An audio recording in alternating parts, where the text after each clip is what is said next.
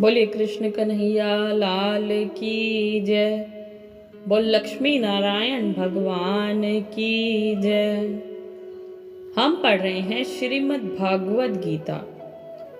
श्रीमद् भागवत गीता का महात्म, श्रीमद् भागवत गीता की इम्पोर्टेंस, उसके बारे में हम जान रहे हैं। और आज हम पढ़ने वाले हैं उसका 8वां अध्याय।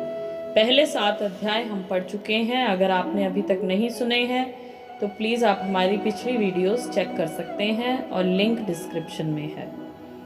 तो हम पढ़ेंगे श्रीमद् भागवत गीता के 8वें अध्याय का महात्म। बोलिए शंकर भगवान की जय। भगवान शिव कहते हैं, देवी अब 8वें अध्याय का महात्म सुनो। उसके सुनने से तुम्हें बड़ी प्रसन्नता होगी। लक्ष्मी जी के पूछने पर भगवान विष्णु ने उन्हें इस प्रकार 8म अध्याय का महात्म बतलाया था। बोलिए लक्ष्मी नारायण भगवान की जय। 8वें अध्याय का महात्म है। उससे पहले अगर आपने अभी तक भी चैनल सब्सक्राइब नहीं किया है तो प्लीज़ चैनल को सब्सक्राइब कीजिए। वीडियो पसंद आती है तो लाइक और शेयर जरूर करें। दक्षिण में आमर्दकपुर नामक एक प्रसिद्ध नगर है। वहाँ भाव शर्मा नामक एक ब्राह्मण रहता था, जिसने वैश्या को पत्नी बनाकर रखा था।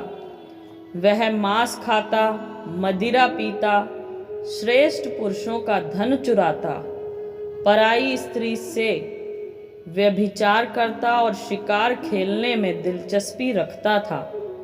वह बड़े भयानक स्वभाव का था और मन में बड़े बड़े हौसले रखता था। एक दिन मदिरा पीने वालों का समाज जुटा था। उसमें भाव शर्मा ने भर पेट ताड़ी पी, खूब गले तक उसे चढ़ाया। अतः अजीर्ण से अत्यंत पीड़ित होकर वह पापात्मा कालवश मर गया और बहुत बड़ा ताड़ का वृक्ष हुआ। उसकी घनी और ठंडी छाया का आश्रय लेकर ब्रह्म राक्षस भाव को प्राप्त हुए। कोई पति पत्नी वहां रहा करते थे। उनके पूर्व जन्म की घटना इस प्रकार है। वह एक कुशीबल नामक ब्राह्मण था, जो वेद वेदांग के तत्वों का ज्ञाता, संपूर्ण शास्त्रों के अर्थ का विशेषज्ञ और सदाचारी था। उसकी स्त्री का नाम कुमति था। वह बड़े खोटे विचार की थी। वह ब्राह्मण विद्वान होने पर भी अत्यंत लोभवश अपनी स्त्री के साथ प्रतिदिन भैंस, काल पुरुष और घोड़े आदि बड़े दानों को ग्रहण किया करता था, परंतु दूसरे ब्राह्मणों को दान में मिली हुई कौड़ी भी नहीं देता था। वे ही दोनों पति पत्नी कालवश मृत्यु को प्राप्त होकर ब्रह्म राक्षस हुए। वे भूख और प्यास से पीड़ित हो इस पृथ्वी पर घूमते हुए उसी ताड़ वृक्ष के पास आए और उसके मूल भाग में विश्राम करने लगे। इसके बाद पत्नी ने पति से पूछा, नाथ, हम लोगों का यह महान दुख कैसे दूर होगा तथा इस ब्रह्म राक्षस योनि से किस प्रकार हम दोनों को मुक्ति होगी? तब उस ब्राह्मण ने कहा, ब्रह्म विद्या के उपदेश, अध्यात्म तत्व के विचार और कर्म विधि के ज्ञान बिना किस प्रकार संकट से छुटकारा मिल सकता है? यह सुनकर पत्नी ने पूछा कि तद ब्रह्म किम ध्यात्मम किम कर्म पुरुषोत्तम। पुरुषोत्तम वह ब्रह्म क्या है अध्यात्म क्या है और कर्म कौन सा है। उसकी पत्नी के इतना कहते ही जो आश्चर्य की घटना घटित हुई उसको सुनो। उपयुक्त वाक्य गीता के 8वें अध्याय का आधा श्लोक था। उसके श्रवण से वह वृक्ष उस समय ताड़ के रूप को त्याग कर भाव शर्मा नामक ब्राह्मण हो गया।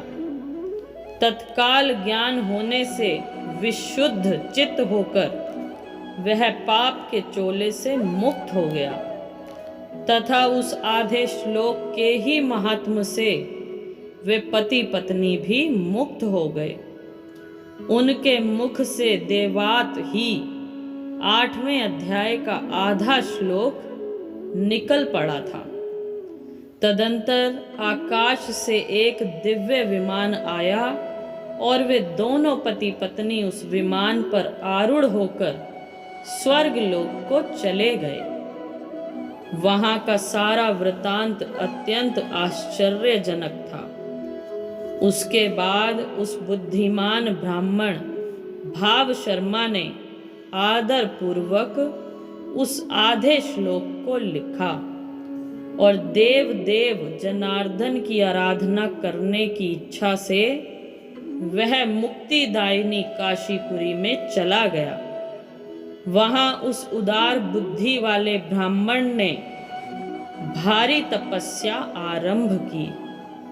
उसी समय क्षीर सागर की कन्या भगवती लक्ष्मी ने हाथ जोड़कर देवताओं के भी देवता जगतपति जनार्दन से पूछा, नाथ आप सहसा नींद त्याग कर खड़े क्यों हो गए। श्री भगवान बोले, देवी काशीपुरी में भागीरथी के तट पर बुद्धिमान ब्राह्मण भाव शर्मा मेरे भक्ति रस से परिपूर्ण होकर अत्यंत कठोर तपस्या कर रहा है। वह अपनी इंद्रियों को वश में करके गीता के 8वें अध्याय के आधे श्लोक का जप करता है। मैं उसकी तपस्या से बहुत संतुष्ट हूँ। बहुत देर से उसकी तपस्या के अनुरूप फल का विचार कर रहा था। प्रिय, इस समय वह फल देने को मैं उत्कंठित हूँ। पार्वती जी ने पूछा, भगवन श्री हरि सदा प्रसन्न होने पर भी जिसके लिए चिंतित हो उठे थे, उस भगवद भक्त भाव शर्मा ने कौन सा फल प्राप्त किया। श्री महादेव जी बोले, देवी द्विज श्रेष्ठ भाव शर्मा प्रसन्न हुए भगवान विष्णु के प्रसाद को पाकर आत्यंतिक सुख मोक्ष को प्राप्त हुआ तथा उसके अन्य वंशज भी जो नरक यातना में पड़े थे उसी के शुद्ध कर्म से भगवद आत्म को प्राप्त हुए। पार्वती, ये 8वें अध्याय का महात्म थोड़े में ही तुम्हें बताया है। इस पर सदा विचार करते रहना चाहिए। बोलिए श्री कृष्ण भगवान की जय, शंकर भगवान की जय, लक्ष्मी नारायण भगवान की जय। अब हम गीता के उस 8वें अध्याय को पढ़ेंगे जिसके बारे में बात हुई है। ओम श्री परमात्मने नमः। 8वां अध्याय। इस प्रकार भगवान के वचनों को ना समझकर अर्जुन बोले, हे पुरुषोत्तम, जिसका आपने वर्णन किया है वह ब्रह्म क्या है, अध्यात्म क्या है, कर्म क्या है और अधिभूत नाम से क्या कहा गया है, अधिदैव नाम से क्या कहा जाता है। हे मधुसूदन, यहाँ अधियज्ञ कौन है और वह इस शरीर में कैसे है, और युक्त चित्त वाले पुरुषों द्वारा अंत समय में आप किस प्रकार जानने में आते हो।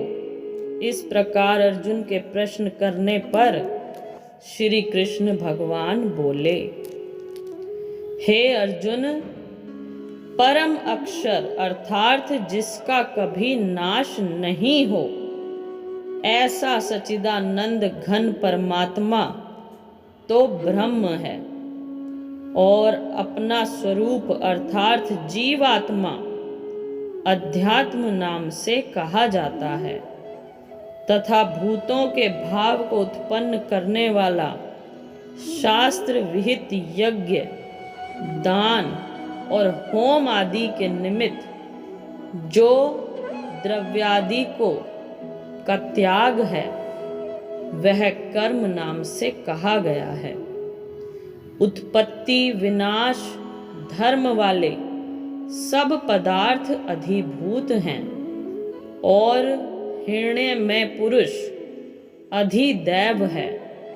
और हे देहधारियों में श्रेष्ठ अर्जुन, इस शरीर में मैं वासुदेव ही विष्णु रूप से अधियज्ञ हूँ। और जो पुरुष अंतकाल में मेरे को ही स्मरण करता हुआ शरीर को त्याग कर जाता है, वह मेरे साक्षात स्वरूप को प्राप्त होता है। इसमें कुछ भी संशय नहीं है। कारण कि हे कुंती पुत्र अर्जुन, यह मनुष्य अंतकाल में जिस जिस भी भाव को स्मरण करता हुआ शरीर को त्यागता है, उसको ही प्राप्त होता है। परंतु सदा उस ही भाव को चिंतन करता हुआ, क्योंकि सदा जिस भाव का चिंतन करता है अंतकाल में भी प्राय उसी का स्मरण होता है। इसलिए हे अर्जुन, तू सब समय में निरंतर मेरा स्मरण कर और युद्ध भी कर। इस प्रकार मेरे में अर्पण किए हुए मन बुद्धि से युक्त हुआ निसंदेह मेरे को ही प्राप्त होगा।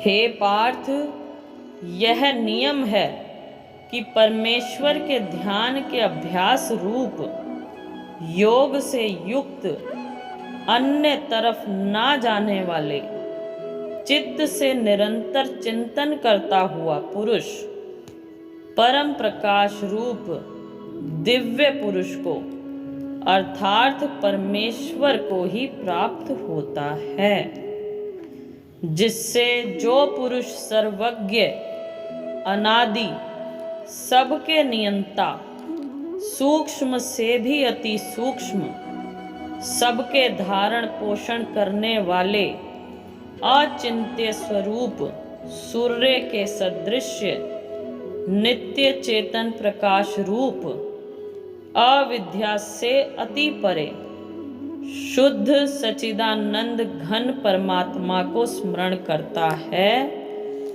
वह भक्ति युक्त पुरुष अंतकाल में भी योग बल से भ्रुकुटी के मध्य में प्राण को अच्छी प्रकार स्थापन करके फिर निश्चल मन से स्मरण करता हुआ उस दिव्य स्वरूप परम पुरुष परमात्मा को ही प्राप्त होता है।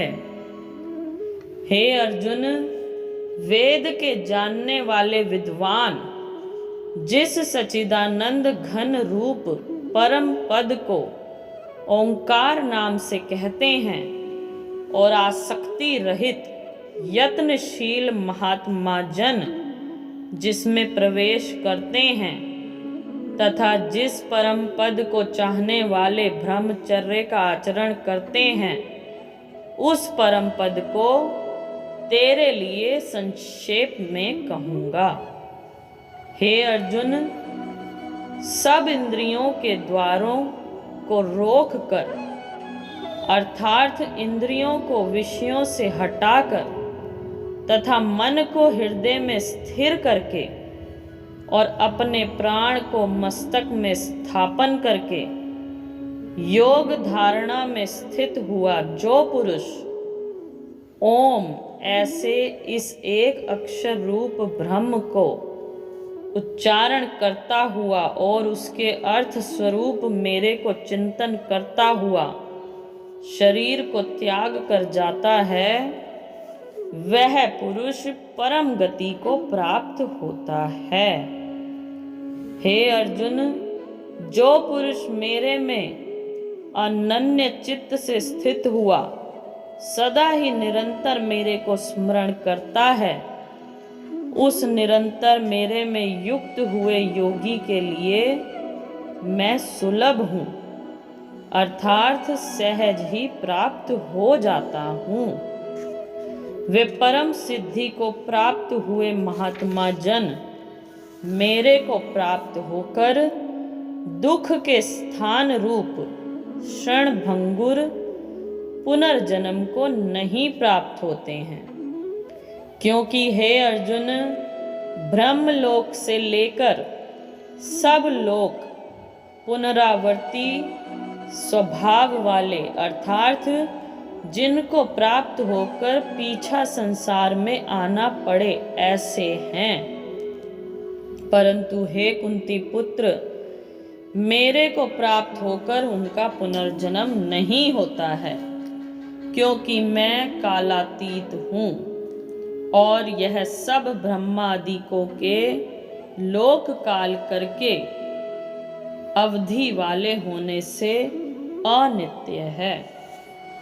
हे अर्जुन, ब्रह्मा का जो एक दिन है उसको 1000 चौकड़ी युग तक अवधि वाला और रात्रि को भी 1000 चौकड़ी युग तक अवधि वाली जो पुरुष तत्व से जानते हैं, अर्थात काल करके अवधि वाला होने से ब्रह्मलोक को भी अनित्य जानते हैं, वे योगी जन काल के तत्व को जानने वाले हैं। इसलिए वे यह भी जानते हैं कि संपूर्ण दृश्य मात्र भूतगण ब्रह्मा के दिन के प्रवेश काल में अव्यक्त से अर्थात ब्रह्मा के सूक्ष्म शरीर से उत्पन्न होते हैं और ब्रह्मा की रात्रि के प्रवेश काल में उस अव्यक्त नामक ब्रह्मा के सूक्ष्म शरीर में ही लय होते हैं। वह ही यह भूत समुदाय उत्पन्न होकर प्रकृति के वश में हुआ रात्रि के प्रवेश काल में लय होता है और दिन के प्रवेश काल में फिर उत्पन्न होता है।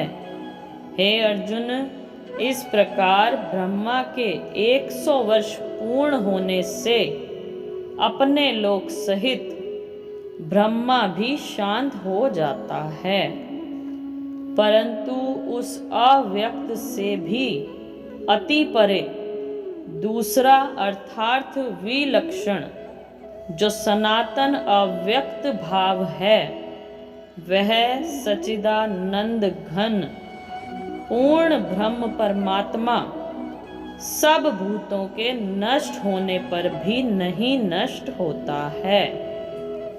जो वह अव्यक्त अक्षर ऐसे कहा गया है, उस ही अक्षर नामक अव्यक्त भाव को परम गति कहते हैं तथा जिस सनातन अव्यक्त भाव को प्राप्त होकर मनुष्य पीछे नहीं आते हैं, वह मेरा परम धाम है। और हे पार्थ, जिस परमात्मा के अंतर्गत सर्वभूत है और जिस सच्चिदानंद घन परमात्मा से यह सब जगत परिपूर्ण है, वह सनातन अव्यक्त परम पुरुष अनन्य भक्ति से प्राप्त होने योग्य है। और हे अर्जुन, जिस काल में शरीर त्याग कर गए हुए योगी जन पीछे ना आने वाली गति को और पीछा आने वाली गति को भी प्राप्त होते हैं, उस काल को अर्थात मार्ग को कहूँगा। उन 2 प्रकार के मार्गों में से जिस मार्ग में ज्योतिर्मय अग्नि अभिमानी देवता हैं और दिन का अभिमानी देवता है तथा शुक्ल पक्ष का अभिमानी देवता है और उत्तरायण के 6 महीनों का अभिमानी देवता है, उस मार्ग में मरकर गए हुए ब्रह्मवेत्ता अर्थात परमेश्वर की उपासना से परमेश्वर को परोक्ष भाव से जानने वाले योगी जन उपरोक्त देवताओं द्वारा कर्म से ले गए हुए ब्रह्म को प्राप्त हुए हैं। जिस मार्ग में धूमाभिमानी देवता हैं और रात्रि अभिमानी देवता हैं तथा कृष्ण पक्ष का अभिमानी देवता है और दक्षिणायन के 6 महीनों का अभिमानी देवता है, उस मार्ग में मरकर गया हुआ सकाम कर्म योगी उपरोक्त देवताओं द्वारा कर्म से ले गया हुआ चंद्रमा की ज्योति को प्राप्त होकर स्वर्ग में अपने शुभ कर्मों का फल भोग कर पीछा आता है।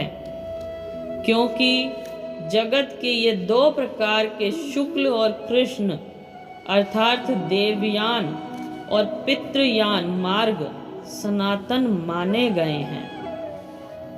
इनमें एक के द्वारा गया हुआ पीछे ना आने वाली परम गति को प्राप्त होता है और दूसरे के द्वारा गया हुआ पीछे आता है अर्थात जन्म मृत्यु को प्राप्त होता है।